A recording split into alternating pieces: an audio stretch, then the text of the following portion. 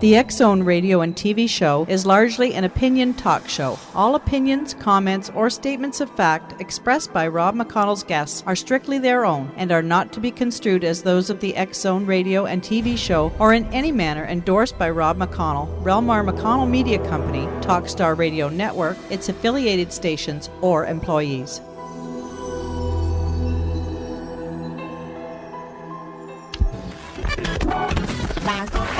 All Hit Radio.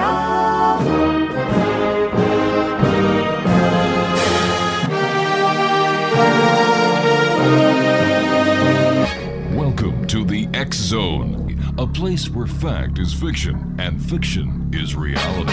Now, here's your host, Rob McConnell.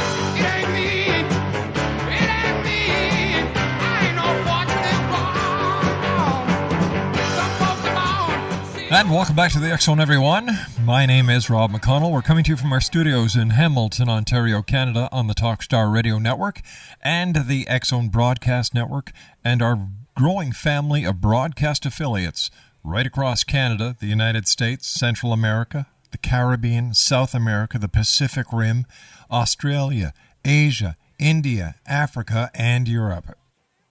If you'd like to give us a call, our toll-free worldwide number is 1-800-610-7035. That's 1-800-610-7035. Our email address, xzone@xzoneradiotv.com. On MSN Messenger, xzoneradiotv@hotmail.com. And our website, www.xzoneradiotv.com. That's www.xzoneradiotv.com. The March edition of the X Chronicles newspaper was released today for members of the public as well as the XO Nation. Now, if you'd like to get your complimentary copy of the X Chronicles newspaper, which is the print media newspaper of the X Zone Radio Show that was actually in print before the show went to air, going back to 1991, I think. Wow. Just send me an email, xzone@xzoneradiotv.com, and I will send you a link, and you'll be able to read the X Chronicles newspaper on Scribd. That's xzone@xzoneradiotv.com if you'd like to get a copy, a complimentary copy of the X Chronicles newspaper. My guest this hour is Melissa Bacelar. She is an accomplished film actress, animal advocate, and pet psychic. She is often asked by members of the media and the public how she made the transition from the cover of men's magazines to picking up dog poop. Well, this is just part of her charm. Melissa has always been an animal lover and a psychic fanatic. She never thought she would actually be a pet psychic, even though she was told by 3 different credible psychics from the year 2008 to 2009 that she was one and would play a significant role in her life down the line. This is where her journey begins, and this is where our hour begins with Melissa. And Melissa, welcome to the X Zone. Well, thank you very much. Hi, everyone. All right, I have to ask you, how did you do it from the cover of men's magazines to picking up dog poop? You know, it's really funny because I've actually given that question a lot of thought over the past year. And I think I know I've always been a psychic. I just use my psychic ability to help me with my career as an actress and a model, to help me with my business endeavors. I never really thought about the fact that I was a psychic. I just thought I was a really good judge of character. I was good at picking the right projects, things like that. And I've always been obsessed with psychics. Like you said, I've always had 5 or 6 on speed dial that I would talk to. And I've always been obsessed with animals. And again, when I would know things about people's animals, I just thought I knew dogs really well. You know, I have 8 of my own dogs. I work with 5 or 6 different rescue groups, so I'm constantly around rescue dogs God with bless you. issues.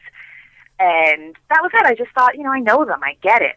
And I just, one day, a really good friend of mine asked me to be on a radio show as a horror actress. I do a lot of horror movies. And I thought, oh, yeah, okay, cool. I do a lot of radio shows. We talk about the horror movies. That's great. Mm-hmm. And as I was listening, as I was to you, I was listening to myself being introduced, the woman said, pet psychic. And I thought, what's that, a pet psychic? What is she talking about? This is, oh, my God, do I hang up? Like, I started getting, really sweaty and nervous, and I'm like, oh, my God. So, usually the hardest question I ever get is, do I do nudity? I mean, pet psychic? No, So Well, the that would woman have been comes the first. on and she says to me, I'm sorry? That would have been the first question I would have asked. The nudity question, exactly. So the woman comes on, the host comes on, and I said, oh, I don't know where you got the information, but I heard you call me a pet psychic. All right, we're going to have to do a bit of a cliffhanger here. I've got to take our first 2-minute break. Melissa Bacelar is our special guest. We'll be back on the other side of this commercial break as the X Zone continues live and around the world from our studios in Hamilton, Ontario, Canada, on the Talkstar Radio Network and X Zone Broadcast Network. Don't go away.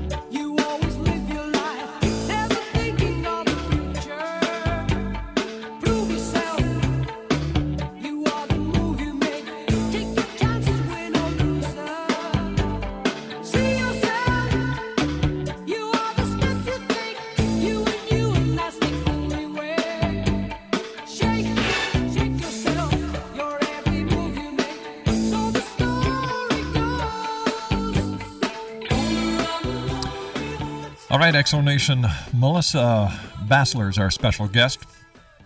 She is a pet psychic, and her website is www.celebritypetcommunicator.com. And when we last left our guest, she was just telling us how she was on another talk show The host was just doing the intro and introduced her as a pet psychic. And it seems like she threw you back when she said that, because you were expecting the normal question about being nude. Exactly. Yeah. The nude thing I got, but the pet psychic, I was like, wait a minute here. I should tell you that the person who got me on the show is one of my best friends, and she is a psychic. And that's why she did this to me. She knew I would never get off my butt and say that I was actually a pet psychic, and she knew if she kind of threw me under the bus, so to speak, I would have no choice. And I told the host, I said, look, I'm not a pet psychic. I heard you call me that. The host ignored me. Yeah, we do that at times. Said, okay, we have our first caller. And this woman gets on the phone, and she starts talking about her dog that had passed.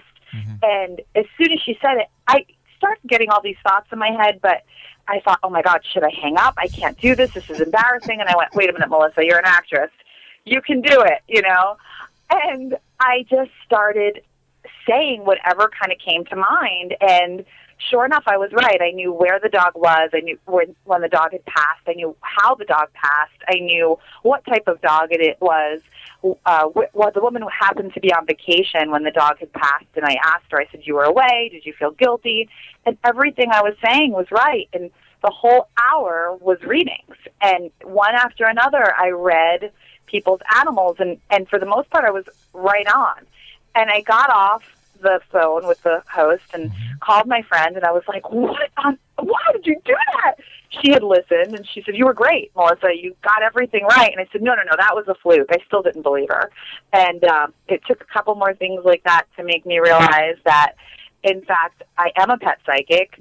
Animals do come and talk to me all the time. I actually now, when I go to sleep, I have ghost cats and ghost dogs tapping me on the head, and their owners will contact me the next day. I mean, it's just been an insane journey. All right, so let me just do a bit of a recap here. You get ghost dogs and ghost cats tapping you on the head every night, and the owners call you the next day. Yes. Believe me, I am not, like I said, I like psychics. I've always gone to psychics. Sure. I had a hard time saying this to people. This is what I do. I lay in bed and your cat or dog comes to me, but I was in a production meeting because I am still an actress and a model and I do these other things. I was in a production meeting the other day with executives from a big TV studio, and we're sitting around the table, and this little being was literally over my head, and I kept feeling a paw on my head, and I'm looking around the table, and I'm like, okay, somebody's dog is here. Somebody's dog really needs to talk to them, and I couldn't figure out who it was. And it's getting towards the end of the meeting, and this dog is literally smacking me, like psychically smacking me in the head, like, you better say something. So finally I look over, and I realize the executive's assistant was sort of sitting next to him and taking notes. And I thought, that it's her dog.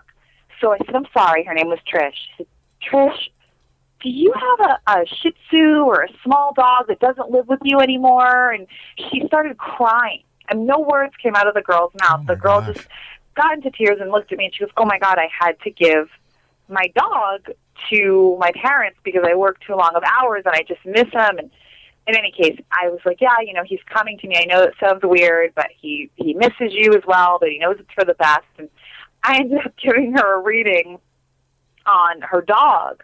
But I do other things, too. Yesterday, I spent my day at an animal sanctuary called the Gentle Barn, and they take in farm animals that were going to be eaten, and they bring them in and kind of make them, live a great life on their sanctuary. So I was there yesterday working with some of the animals that had really bad trauma happen to them, and it's just a gift that I'm so excited that I'm actually taking hold of it now and doing this, because it's made my life so much better, and I get to work with animals every day, which is really what I've always wanted to do anyway. So can we say that yesterday you were at a hospice for animals? Yeah, you could say that. It's just a wonderful place called Gentle Barn, and they take in animals that have been either abused or in slaughterhouses, all different kinds of things. The sheep that I was working with yesterday was actually born in a school where they teach people to be vets, and the mom had two males, and they castrate them without any anesthesia or anything to show the vet students how to do it, which to me just sounds... Right? I'm cringing right now. I am cringing. It's like a horror movie, so it's no different. I mean, it's just really awful that this is what they do, and I don't really understand the necessity of that, but this is what they do at the school. So they castrated this poor little lamb, and for whatever reason, his brother was going to be kept to be a stud, and his mom was going to be kept to keep breeding, and they didn't want him. So after castrating him and humiliating him and putting him through torture, they were going to give him to a slaughterhouse. So the Gentle Barn stepped in. I guess one of the students had called them and begged to take him. They said fine. He wasn't weaned when they took him yet, but they would not let him stay with the mom. He needed to be out immediately. So now he's at their facility, and he's just having a really hard time because obviously he's been through a lot of emotional stress, and he misses his mother, and he doesn't understand why these people abducted him basically from his mom, and humans have only been really awful to him. So I worked with him yesterday, and I got him to eat out of my hand, and he's really coming along. He started playing with a ball and playing with some of the other sheep that are at the Gentle Barn, and eventually he will be there and be able to, they have inner city children and come in, and different groups come in and learn about farm animals. So he'll actually get to play with the kids eventually when he's ready. So that was kind of cool.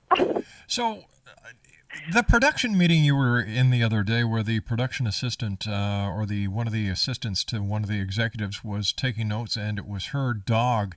Had her dog passed to the other side, or were you just getting the psychic impression from the dog at the parents' house? So I think, to be honest with you, with that situation, I think I was picking up on her, and her dog and her are so connected. It's energy. Sure. This is all energy. So, and dogs are actually, dogs and different animals, their frequency is a little bit more opened than most human beings because they don't really question it. You know, they don't question talking to people energetically. So I think I was probably picking up on her. And then the dog came through because the dog is so connected with her and decided, oh, great, I have this person sitting here who can actually hear me and is willing to hear me and willing to give messages to my mom, basically. Because her dog is well and alive and very happy. So it was really interesting.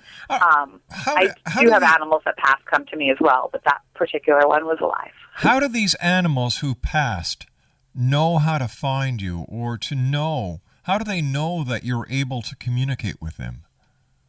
What I think happens, because like I said, a lot of times I had this cat coming to me for a week. I have 8 dogs. I don't have any cats in my house. And I'd be putting on my makeup or brushing my teeth or whatever, and I would actually feel a cat walking through my legs. And that was the first time it had happened. And I kind of was like, whoa, what am I feeling here? And it kept happening for a few days. And what I found out when the woman had called me was she had seen an article that I wrote, and the article was on her desk, and she had kept reading it and kept saying, oh, I'm going to call this woman, but she didn't yet.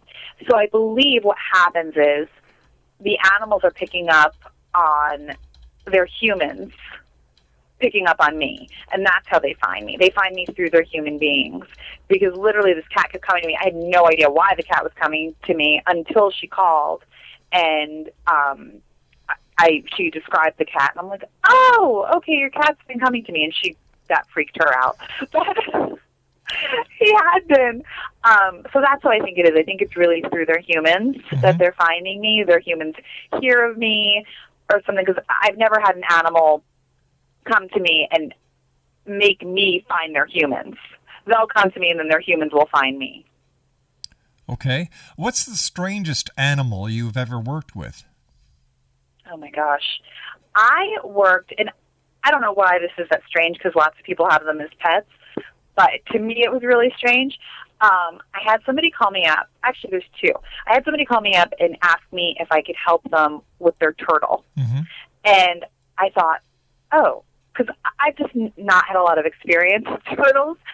So I kind of was taken aback for a second. I said, well, could you send me a picture? They have a desert tortoise that's about 180 pounds. It's this huge Holy cow. Tortoise. Unbelievable. And I thought, well, gosh, everything has energy, so yeah, I guess I could. And they just wanted to know, he had stopped eating, and they wanted to know why, if he didn't like his food or what was going on with him. And that I found really strange, because like I said, I had never worked with turtles before, but he was awesome. Awesome. I mean, think about it. This animal can live on this planet for over 200 years. This particular turtle was like 90 and had been passed from generation to generation. So he wasn't eating just because, I mean, he literally was like, oh, I'm just not hungry. He didn't like the lettuce that they were giving him. They had changed it from a dark green lettuce to like an iceberg lettuce. But he really wanted to talk to everybody, because he knew grandparents and great-grandparents and fathers and mothers of the family that had him. They just kept passing them on generation to generation. So he was fascinating. I mean, you don't often get to speak to an animal who's been on the planet for that long. So that was kind of cool. All right, Melissa, please stand by. You and I have to take our news break at the bottom of the hour. X-Zone Nation, Melissa Bacelar is our special guest. www.celebritypetcommunicator.com. That's celebritypetcommunicator.com. We'll be back on the other side of this news break as the X-Zone continues from our studios in Hamilton, Ontario, Canada, on the X-Zone Broadcast Network and Talkstar Radio Network. Don't go away.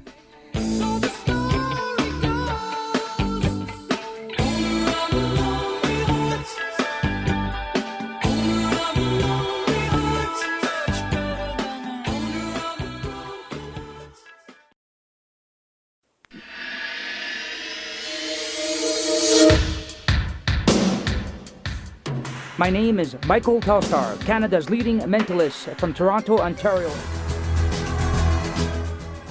Hi, my name is Splenda, and you're listening to my dad, Rob McConnell, on the X-Zone.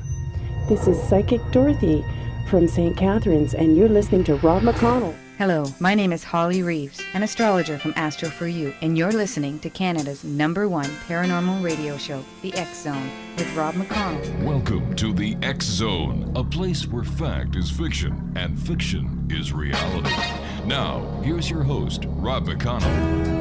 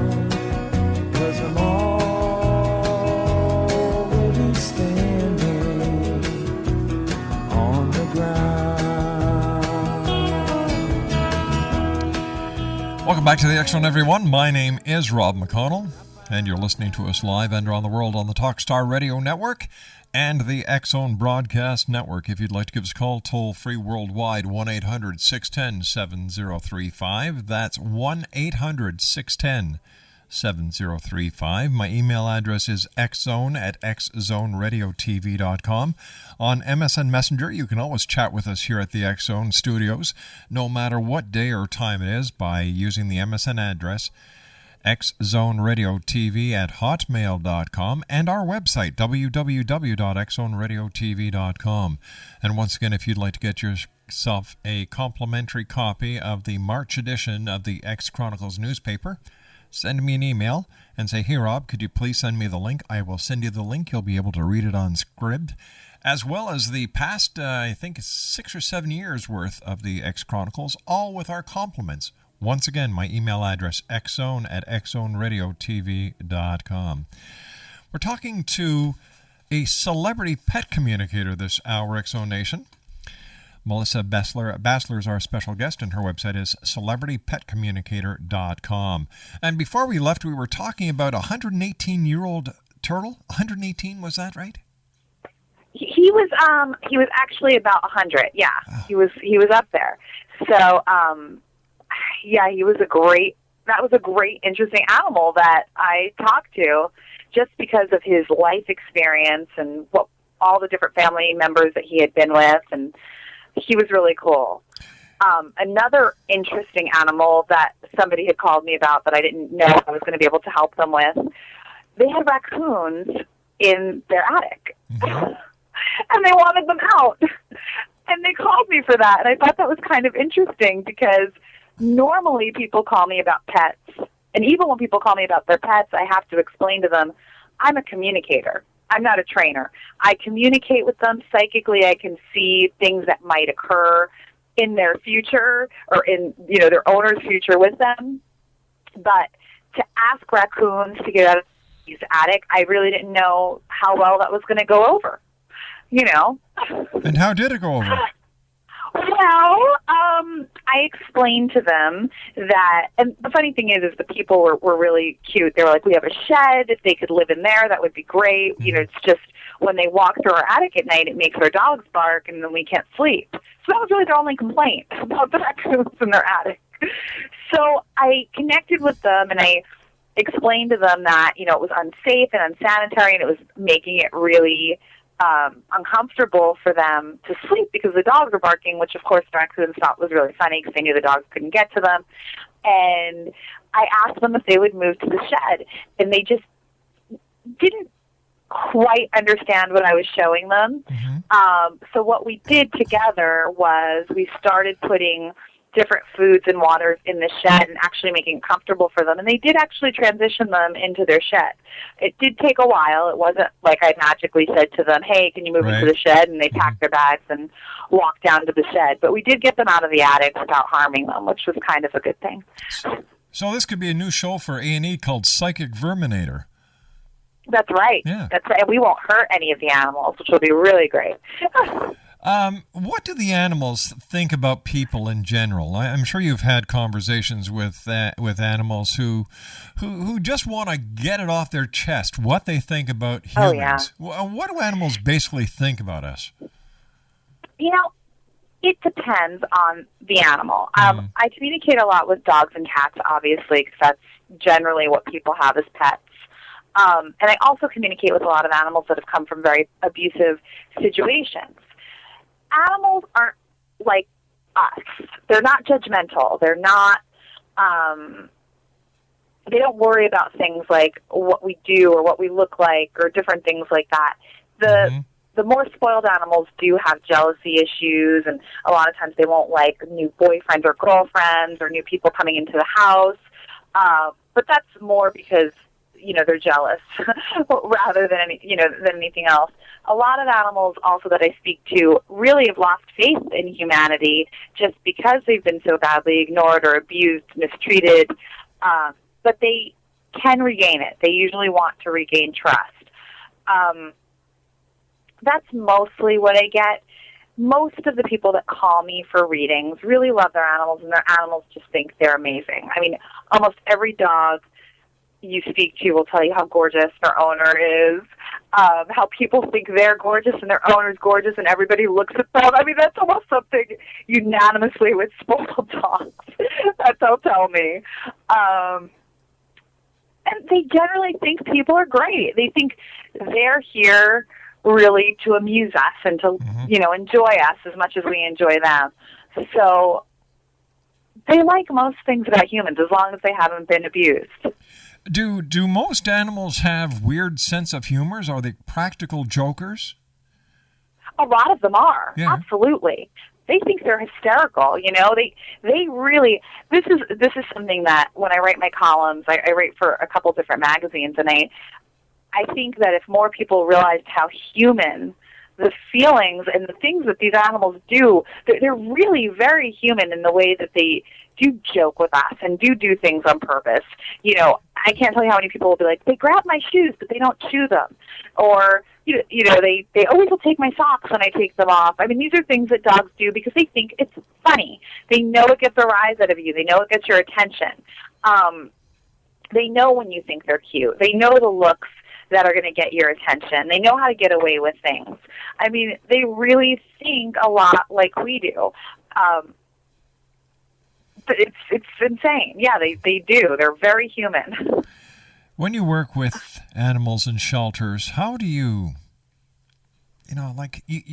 how do you put yourself into a position where you protect yourself from the horror stories that you're going to be hearing from our little friends that end up in shelters, whether they're abused or like that little lamb?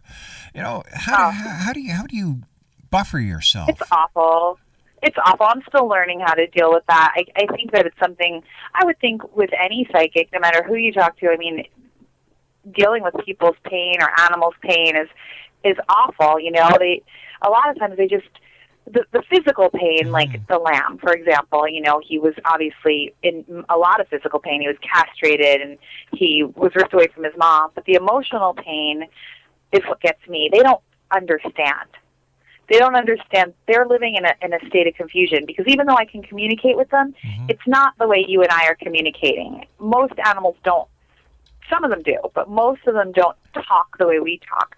They just show me emotions and feelings and visuals, and they don't get why they've been through what they've been through. They just, because they're completely trusting. They're all love.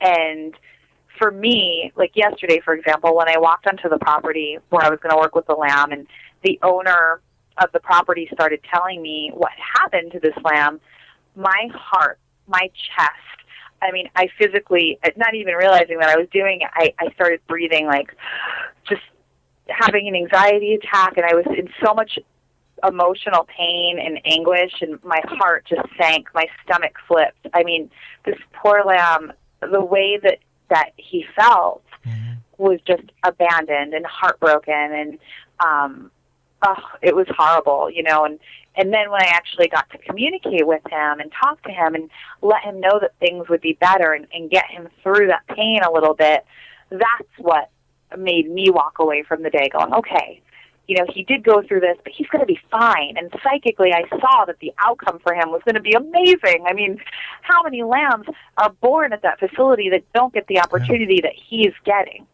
He's going to get to play with kids and other lambs but for the rest of his life and live out his life in its entirety in a happy, wonderful environment with tons of love.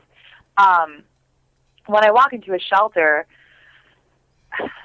something I've learned recently, which has helped me a lot, some animals are ready to go. Really? Yeah. When they're in the shelter, they really are. They're just so heartbroken that they're just ready to go. And I know once they do go, they'll just be in a better place. Unfortunately, especially I live in California, which is one of the most people think Los Angeles. Oh, people love their animals. People do love their animals, but people also mistreat their animals horribly, and they drop their animals off in the shelters, which are all kill shelters. So when I walk into a shelter, it's devastating for me. I mean, I really, the emotions and the feeling of abandonment, and it's overwhelming. I help the ones that I can, the ones that want help.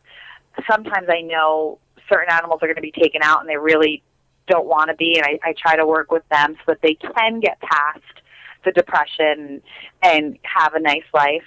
People don't understand when animals lose their human beings, because that's a lot of the cases in the shelter. A lot of times people will get a dog or a cat and they pass away. And they're not always old and pass away. Sometimes they have different diseases, they get in car accidents, whatever it may be. All of a sudden, this spoiled, loved animal is in a shelter. They smell fear, they smell death, they don't understand where their person is, they're mourning, they're depressed, they have no will to live, just as we would if we lost a loved one. A lot of times human beings go through the same thing. It's the same emotional roller coaster. Those are the animals that I really try to work with, because they are adoptable and they can have a great life if they can just get past the mourning period. So, every case is different. I was the director of communications for the SPCA up here in Canada, in Hamilton, Burlington, for a while. And I have to give my hats off to everyone who works in a shelter, whether they're a paid employee, whether they're a volunteer. And you know what? The unsung heroes of law enforcement are the people who work in enforcing animal protection laws. Yep.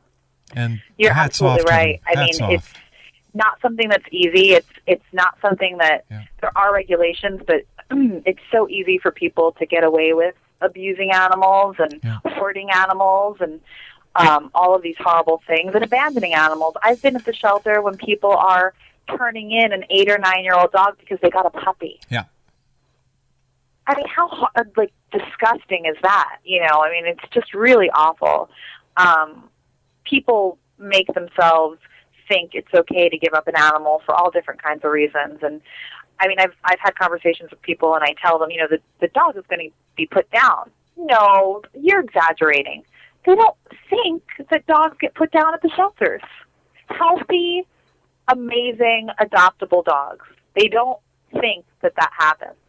And it does every day. Puppies, kittens, healthy, great animals get put down because they don't have a home. That's right. And what people do is they don't think before they buy animals, whether it's a goldfish, whether it's a hamster. We're coming to Easter, and how many pet stores are going to be selling Easter bunnies to people, and they're going to be returned or left go in the fields within weeks. People, for goodness sake, no matter where you are listening to this show around the world, before you buy a pet, before you bring a pet into your family, think.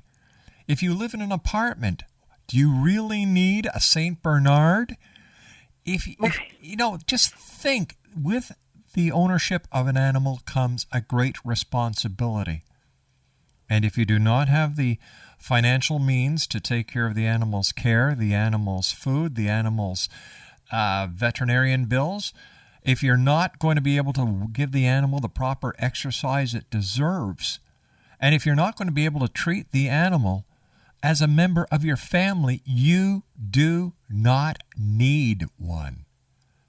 Visit your local shelter. They'll let you pet an animal.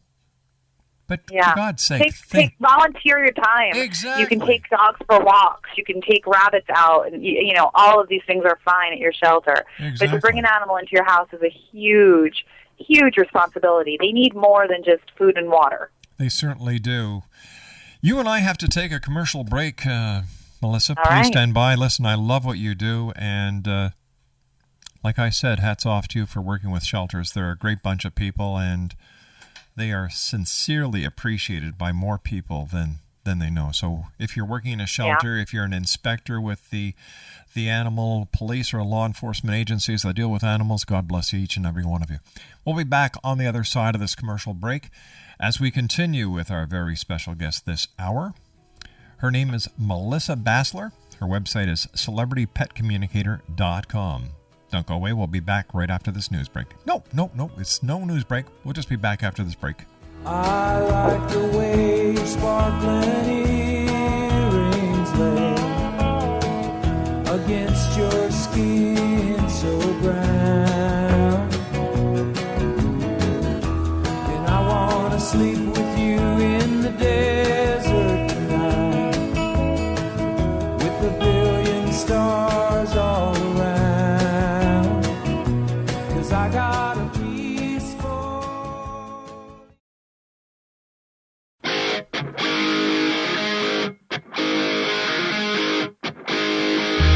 No matter what you are, I will always be with you. Doesn't matter what you do, girl. Ooh, girl, I'm with you. No matter what you do, I will always be around. Won't you tell me what you found, girl? Ooh, girl, I want you. Now tell me all they want. And welcome back, everyone. Melissa Bacelar is our special guest. Her website is celebritypetcommunicator.com. That's www.celebritypetcommunicator.com. And first of all, Melissa, I want to thank you so much for being with us this hour. It's been a great pleasure talking to you, and time has just flown right by. But I'd also like to commend you on what you do with pet stores that you find out who sell puppy mill pups. That is just fascinating. Tell our listeners. Well, it's a huge movement that Best Friends organization started up.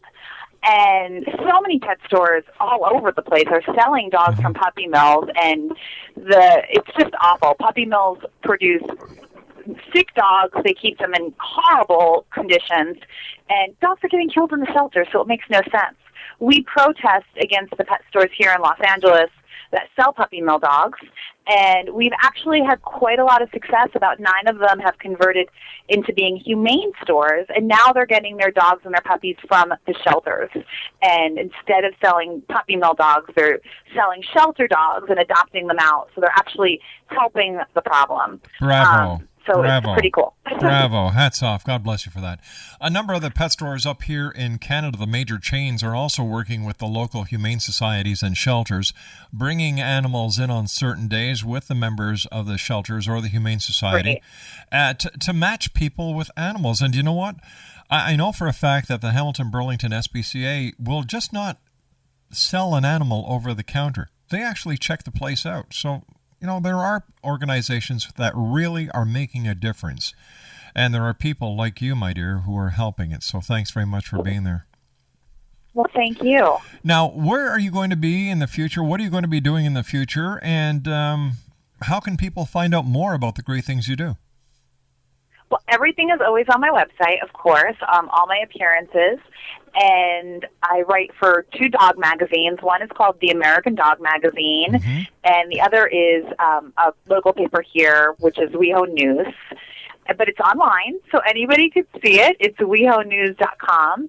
And I always do readings, of course. Anybody can contact me. 100% of the money I make doing readings, I donate to animal charities. I'm lucky enough to make a living as an actress and a model, and so all of my animal communication stuff goes right to all the homeless animals that need help. So that's something you can feel good about when you get a reading from me. All right, so go ahead and plug your website one more time.